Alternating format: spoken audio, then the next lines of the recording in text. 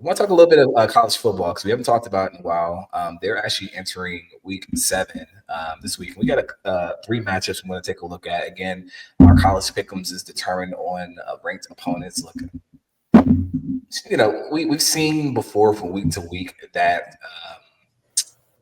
shockers happen, upsets happen. I didn't really see Virginia knocking off Florida State. Shout out to my hometown, Charlottesville.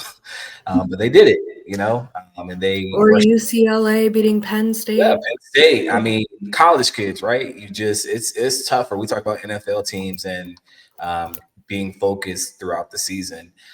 It is so hard to with these college kids because it's just like you have to get 18 to 22 year olds who are so they're focused on their brands. They're about their bag NIL. They're about you have to get them to get off big wins and refocus and get up for these teams that they're supposed to be. And all it takes is for you to land in LA and you're like, oh, I'm in LA. Let me go party. Let me go do this. And then you go out there and lay an egg, and now you got Penn State.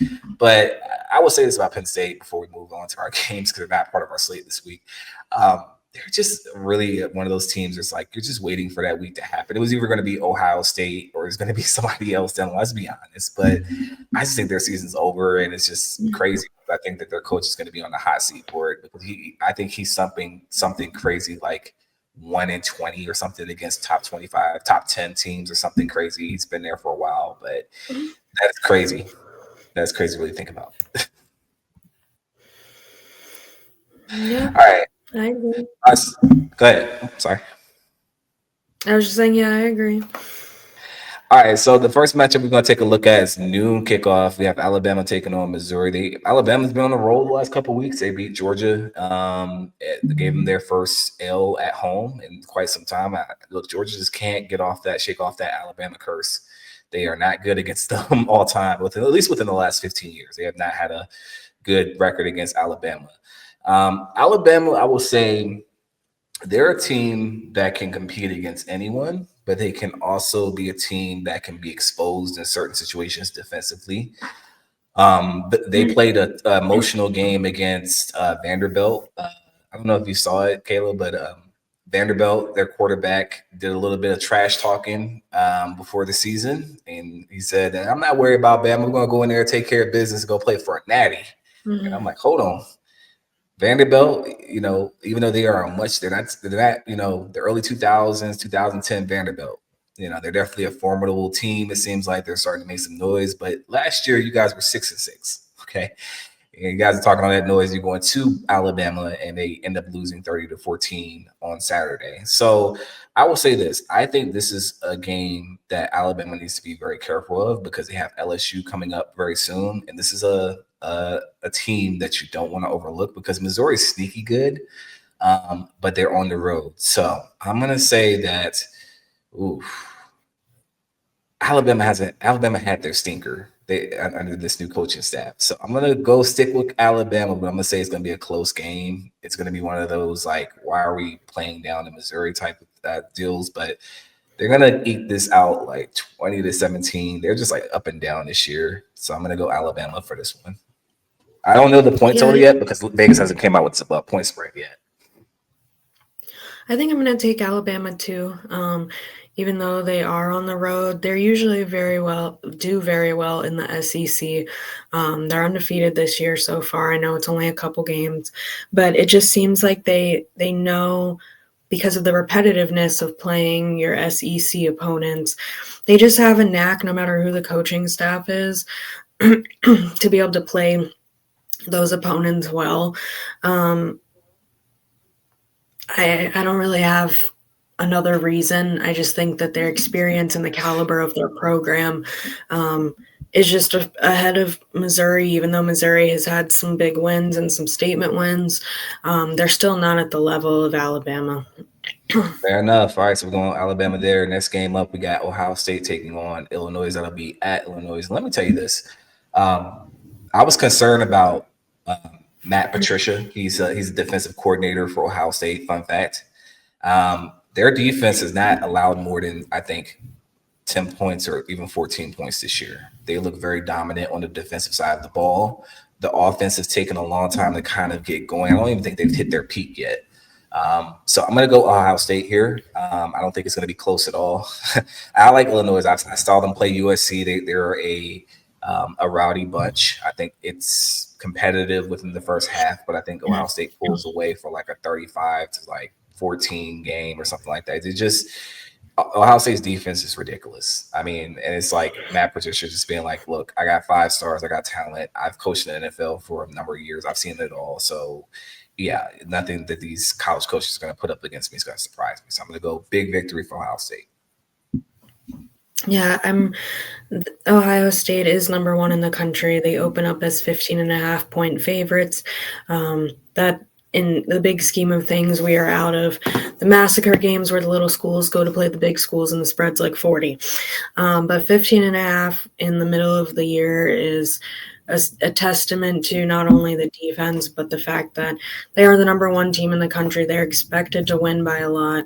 And I don't know. I don't have a reason to think that Illinois is suddenly going to beat the top team in the nation. Nah, I haven't seen enough from them yet. Rapport, so. Yeah, and this is levels to this. I mean, Illinois is good, but you just kind of see they are missing some. They're like very spotty in some positions where they can be exposed. They can be had. I think if USC had some sort of defense, I think USC would have got them a couple of weeks ago. So we'll keep an eye on that, but I just don't have it being close. But this one is the game of the week. College Game Day has announced they're going to go to this game in Oregon. Oregon knocked off Penn State in the whiteout a couple weeks ago. And they play Indiana, and Indiana, they just keep rolling. The last couple of years, they've turned themselves into an elite program under their new head coach, who came in there and said, "Look, Google me, I win games." Didn't win a game, didn't do too well against the top opponents when they play Ohio State, but it's Ohio State, so But I'm going to say this: I think that Indiana goes and makes a statement. I think I'm going to pick Indiana for the upset, and I'm going to tell you why. I think that Oregon showed me against Penn State that they, if you can run the ball effectively against them, you can beat them. And I think that Indiana actually does very well running the ball against a lot of teams, and they've showed that so far. And plus, I think Indiana just needs that signature win. And it's college football. Let's be honest. Like they're going to have College Game Day there. I think Indiana is going to be a little bit more hungry. I think Oregon had their big victory in Penn State. This is just like one of those. I think they're going to come in and, I think they're not going to be. I think they're going to do well because they're at home, but I think Indiana's just a little bit hungrier. I just got this being another overtime win for Indiana. And I think Indiana understands that they have to win this game to be taken serious in the playoff picture, because they just don't have that signature win yet. Oregon does. They walked into Penn State and beat at that time a decent team. We didn't know what Penn State was after they lost to UCLA. But I'm going to go for the upset. I'm going to go Indiana. It's going to be close. It's going to be dramatic. Why not? It's college. These are kids. They do crazy stuff every week. We'll see. I like dramatic as a descriptor for this game. I think both teams have high-powered offenses. I think that they have pretty stout defenses. They pull some tricks out of the bag during their games so far this year. I don't see that stopping. I liked the point that you made that Indiana needs a statement win.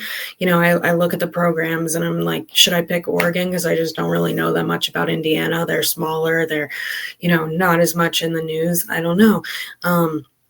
If Oregon is the second best team in the country, then they should play like it. I would like to think that they would have an edge at home. You got to be amped up that College Game Day is coming for technically your second game in a row, because you were on bye this week.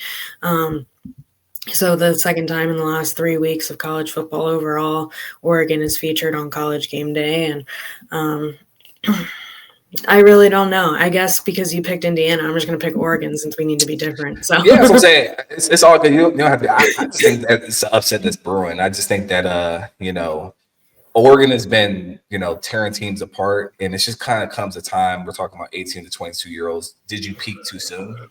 I don't think Indiana's played its best football yet, and I think that Signetti is going to bring their. I'm sorry if I butchered his name, by the way.